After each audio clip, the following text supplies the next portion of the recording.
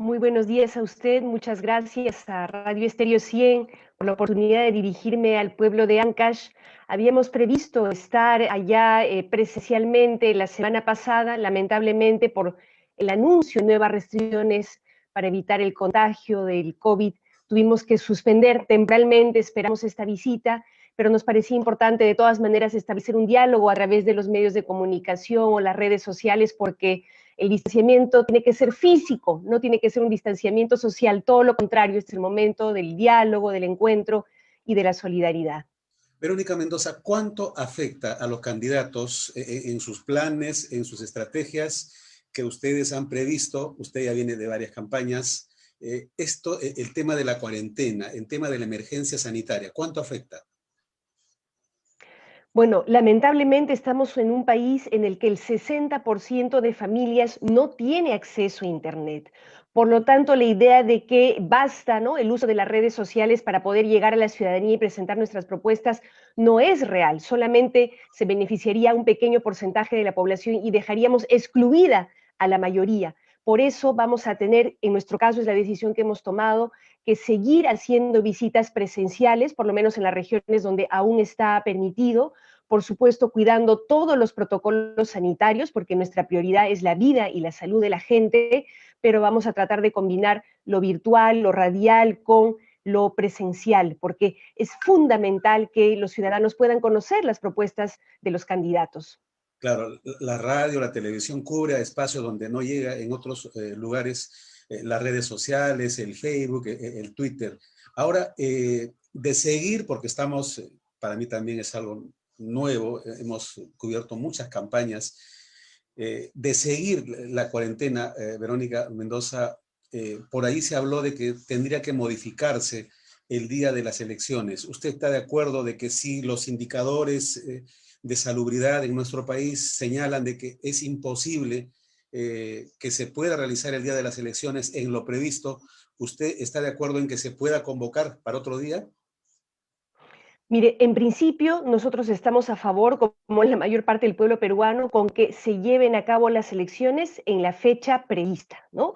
Tal como ya está establecido, para que además podamos mantener la planificación que se había hecho y respetando, y si es posible, mejorando incluso los protocolos que ya se han diseñado, porque hay que recordar que se ha ampliado el horario de votación, se ha ampliado el número de locales de votación, se ha previsto la vacunación de los miembros de mesa, de tal manera que sí nos estamos preparando para tener un día de elecciones donde no pongamos en riesgo nuestra salud y nuestra vida. Entonces, en principio, nosotros preferimos que las elecciones se lleven a cabo en la fecha prevista con todos los protocolos sanitarios. Ahora bien, si es que realmente la situación se pusiera más dramática aún en torno a esa fecha y los científicos nos dijeran que no hay otra salida que la de postergar las elecciones, por supuesto nosotros vamos a respetar eso porque lo prioritario es la salud y la vida, pero creo que esa decisión tiene que ser una decisión de salud pública sobre la base de lo que dice la ciencia y no sobre la base de la conveniencia política de uno u otro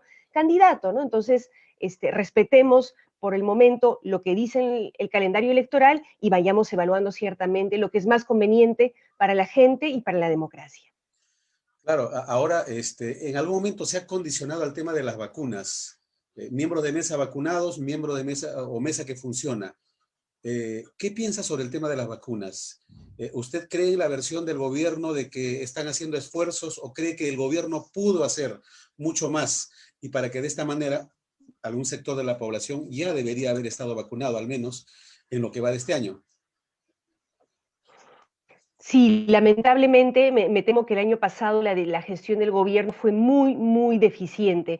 Por un lado, sesgada ideológicamente, porque había esta idea de que no se podía negociar, ¿no?, con los rusos o con los chinos, que había que preferir vacunas de otras latitudes, cuando creo que en estos casos lo que tiene que primar es la ciencia. No nos interesa de dónde sea la vacuna, sino que sea efectiva, que cumpla los estándares científicos y que pueda llegar lo más rápidamente posible, ¿no? Y luego se confió, ¿no?, en un agrupamiento de empresas privadas que ciertamente pueden y deben apoyar, pero la conducción y el liderazgo en este tema tiene que ser claramente del Estado para poder garantizar además que la vacuna sea un bien público y que la campaña de vacunación sea universal y gratuita y se dé bajo criterios científicos, epidemiológicos, que no se vacune primero al que más plata tiene, como plantean algunos que quisieran hacer de la vacuna un negocio, sino que se vacune primero a los más vulnerables y los más expuestos, el personal de salud, los adultos mayores, los miembros de mesa. Entonces nosotros vamos a exigir, y así lo haremos en un futuro gobierno nuestro, de ser el caso, que el plan de vacunación sea universal, gratuito y ordenado en función de criterios epidemiológicos. Creo que felizmente hemos ido recibiendo algunas buenas noticias en las últimas semanas que nos, ¿no? Significan una luz de esperanza para los peruanos, pero tenemos que seguir muy vigilantes para que estos se cumplan, presionar, exigir al gobierno que sea mucho más proactivo en sus gestiones. Y de nuestra parte, mire, nosotros hemos hecho ya algunas coordinaciones, por ejemplo, con el gobierno argentino, que en unos meses más va a empezar a producir, ¿no?, vacunas también en su territorio nacional. Lo propio haremos con México, porque creemos que en este contexto no hay peor gestión que la que no se hace. Mejor prevenir y tratar de tener acuerdos con todas las empresas y países posibles para tener la vacuna a tiempo. Verónica Mendoza, creo que nunca antes usted, que ha participado en varias campañas presidenciales, ha estado en un segundo lugar en las encuestas. Ayer un medio de comunicación ha presentado encuestas donde usted aparece con 8,2%, detrás, en segundo lugar, detrás de Forsyth con 13,3%. ¿Qué dice con respecto? ¿Algún comentario le merece estas encuestas? Bueno, lo primero es que el tablero se está moviendo, ¿no? La campaña electoral en la práctica recién está empezando, hemos estado, como es totalmente comprensible, ¿no?, todos abocados a la atención de la crisis sanitaria, económica, a sobrevivir, ¿no?, en este contexto de tanta dificultad. Y lo otro es que creo que lo que se está viendo es una expectativa de cambio de parte de la ciudadanía. Creo que a costa de mucho dolor, lamentablemente, por un lado, la crisis política que hemos atravesado en los últimos meses y años, con todos nuestros expresidentes procesados por corrupción y junto a ellos gobernadores regionales, autoridades locales, y Ancash ha sufrido mucho con ese tema, y al mismo tiempo la crisis sanitaria provocada por la pandemia, pero también por un modelo de desarrollo, por un sistema que precarizó, debilitó el Estado, que mercantilizó la salud, la educación, de tal manera que nos dejaron morir 80,000 peruanas y peruanos que perdimos el año pasado, miles de niños que se quedaron sin poder estudiar porque no tenían acceso a Internet. Entonces creo que todo esto ha hecho que muchos peruanos abran los ojos y se den cuenta que no se trata solamente este 11 de abril de elegir a un nuevo gobernante o nuevos congresistas, sino que necesitamos un cambio de sistema, un cambio de reglas de juego, y nosotros como Juntos por el Perú lo estamos planteando claramente, junto con las medidas urgentes que tendremos que tomar para frenar el virus y para reactivar la economía. También estamos comprometidos con impulsar cambios de fondo, reformas estructurales e incluso una nueva constitución que esté a favor de las mayorías de la gente y no solo garantice privilegios para unos pocos. Este coronavirus ha desnudado al gobierno sobre dos temas, el tema de salud y el tema educativo. En esta reforma constitucional, reforma de la Constitución que usted plantea, ¿qué elementos podrían modificarse para garantizar un buen sistema de salud peruano y un buen sistema educativo peruano? Desde su punto de vista, Verónica Mendoza. Para nosotros, el punto de partida es que la nueva Constitución tiene que reivindicar en su corazón, en su núcleo, el poder del pueblo antes que el poder del dinero.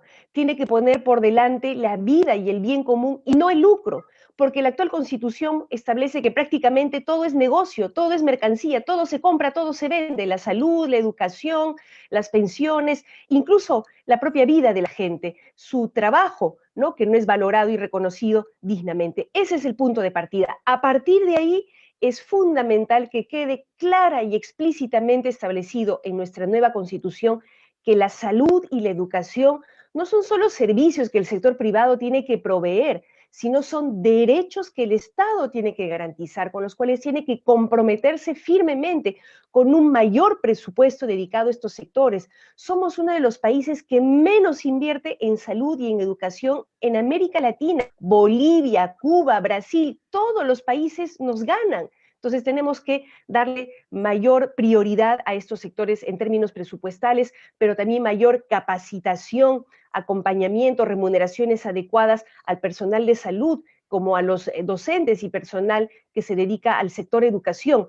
Pero somos también conscientes de que junto con impulsar esta reforma constitucional a partir de un nuevo pacto social, vamos a tener que en el día 1 de nuestro gobierno implementar medidas de emergencia para frenar el virus. Y con esto me refiero, por ejemplo, al fortalecimiento del primer nivel de atención. Durante mucho tiempo hemos estado casi exclusivamente focalizados en los grandes hospitales y ciertamente que necesitamos mejorarlos, mejorar su infraestructura, dotarlos de camas UCI, pero también necesitamos fortalecer en infraestructura, en personal, en herramientas a las postas y centros de salud, que son los que están en mejor contacto directo con la gente y pueden, por lo tanto, identificar rápidamente por dónde está corriendo el virus, ir a detenerlo y al mismo tiempo atender tempranamente a la gente que se contagia para evitar que su caso se agrave y llegue a un hospital donde no va a encontrar una cama UCI. Tendremos que garantizar la distribución masiva de oxígeno,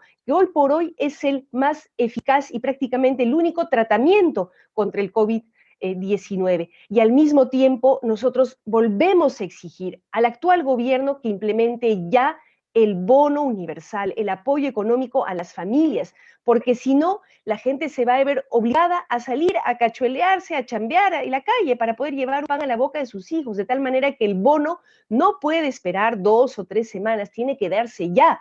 Es más, lo más sensato y lo más eficaz hubiera sido darlo antes de mandar a la gente a que se encierre como hacen ahora. Lamentablemente el gobierno está haciendo las cosas al revés. Bueno, en todo caso, que acelere estas gestiones para que se entregue ya este bono universal para que las familias puedan cuidarse, quedarse el mayor tiempo posible en sus casas, pero además este dinero, y con esto termino, va a contribuir a reactivar, a dinamizar la economía, porque la gente no se va a guardar esa plata bajo el colchón, la gente va a invertir en productos de primera necesidad, va a comprar esos productos a otras familias que a su vez van a redinamizar sus negocios y así la economía local y nacional. Se estima que no hay datos precisos, pero entre un 20 a un 25% de la población escolar no habría recibido ningún tipo de clases el año pasado. Aprende en Casa no ha cubierto al 100% de la población escolar peruana. ¿Cuál es su planteamiento? Si usted fuera presidente, ¿qué haría? ¿O cuál es la propuesta de su candidatura? En este contexto de emergencia, lo primero es garantizar la cobertura total en Internet, en particular para niños, niñas y adolescentes que están en edad escolar. Como usted lo ha dicho, miles de niños y niñas se han quedado sin poder estudiar porque no tenían Internet. Aprendo en Casa terminó siendo para unos pocos, no para todos ni las mayorías siquiera. Por eso nosotros hemos planteado que el Internet sea hoy considerado un derecho fundamental y así quede claramente registrado en nuestra futura Constitución.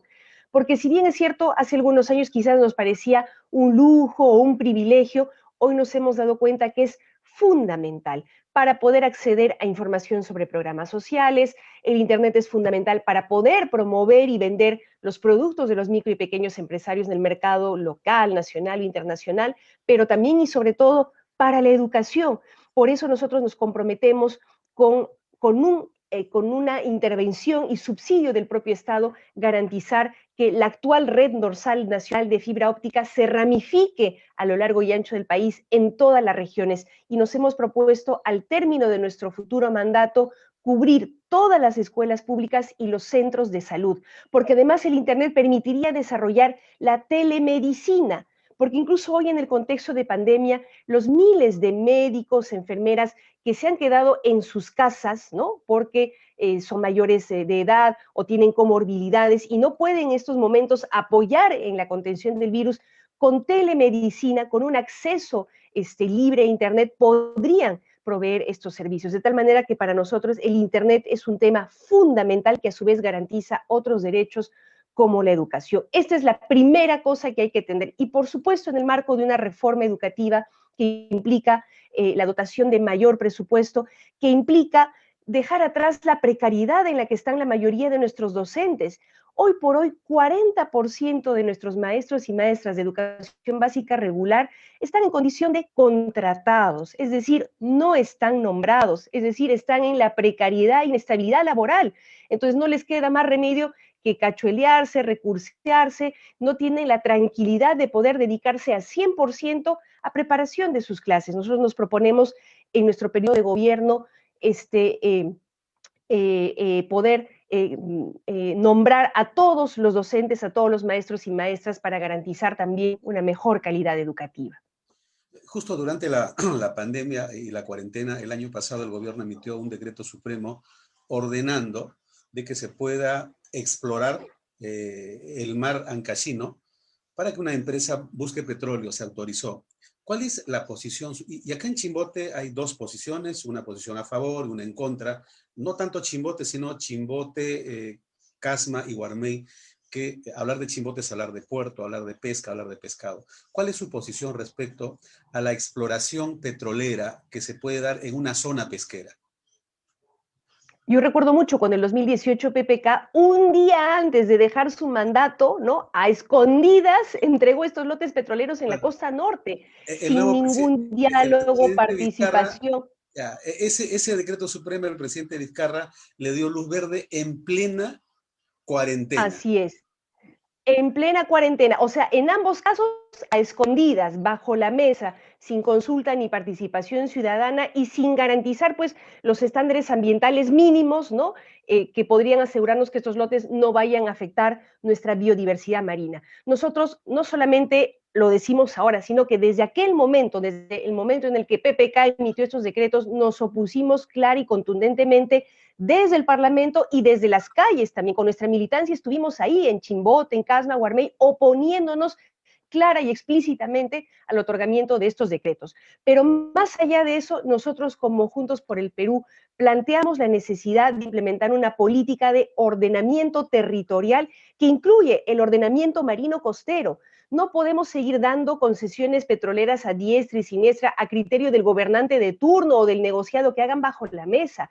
Tenemos que establecer con criterios científicos, identificando bien las potencialidades de nuestra costa y de nuestro mar, donde eventualmente se puede hacer exploración y explotación petrolera y donde no, porque hay zonas de enorme biodiversidad que más bien tenemos que preservar para garantizar nuestra soberanía y seguridad alimentaria y el trabajo de los miles de pescadores, principalmente artesanales, que viven de esta actividad, pero que garantizan también la alimentación de otras miles de familias. Entonces, nuestro planteamiento es ordenamiento marino costero y sí somos también muy claros y directos en que en el caso de esta pretendida minería submarina que se pretende hacer en el lecho del mar, nosotros sí creemos que no hay garantías desde la ciencia de que esto no significaría una catástrofe para nuestra biodiversidad marina. Entonces, que se dé una moratoria de 10 años para que no se pretenda hacer esta minería submarina en tanto no se hagan las investigaciones científicas que nos garanticen de que eventualmente se podría hacer,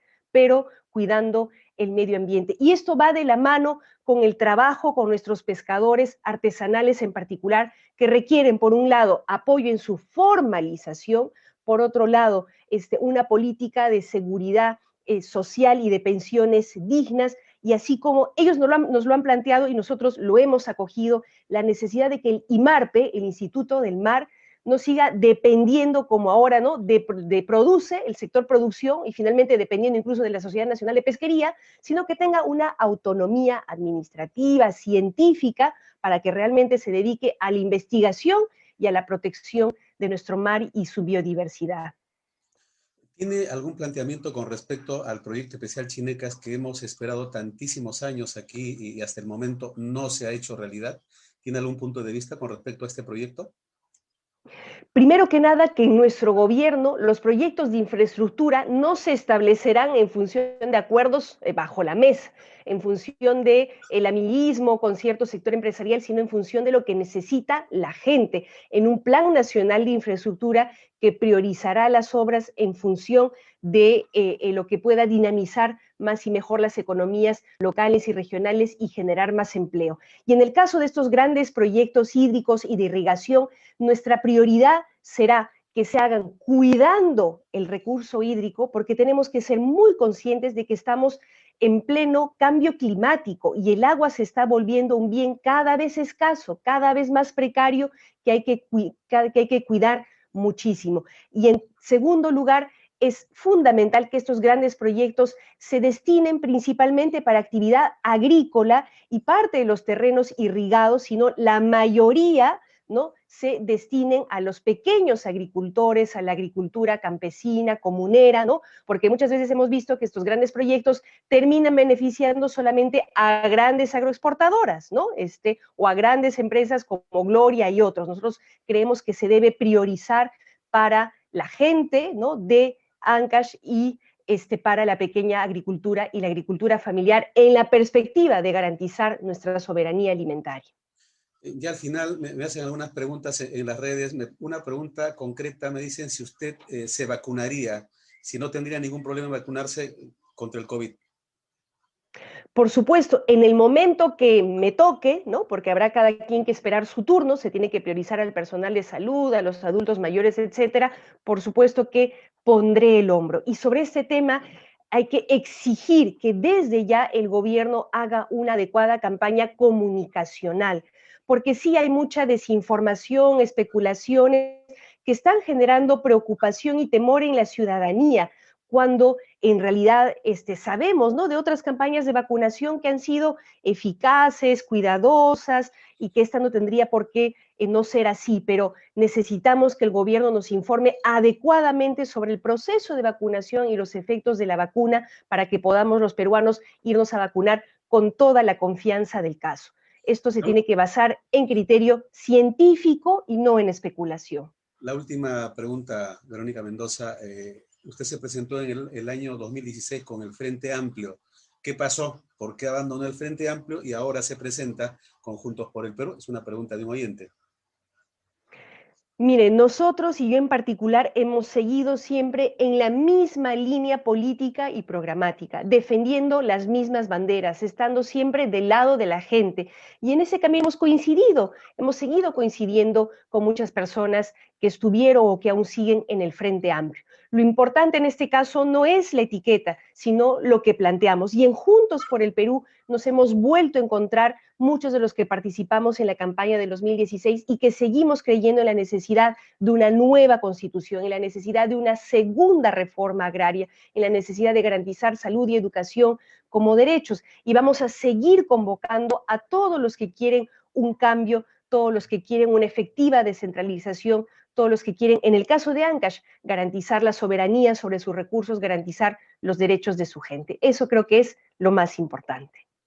Verónica Mendoza, muchas gracias. Gracias por la entrevista. Le agradezco muchísimo a usted y mucha fuerza a todo el pueblo de Ancash a cuidarnos muchísimo, por favor, y a seguir fortaleciendo nuestras redes de solidaridad, porque de esta solamente juntas y juntos podremos salir adelante. Muchísimas gracias.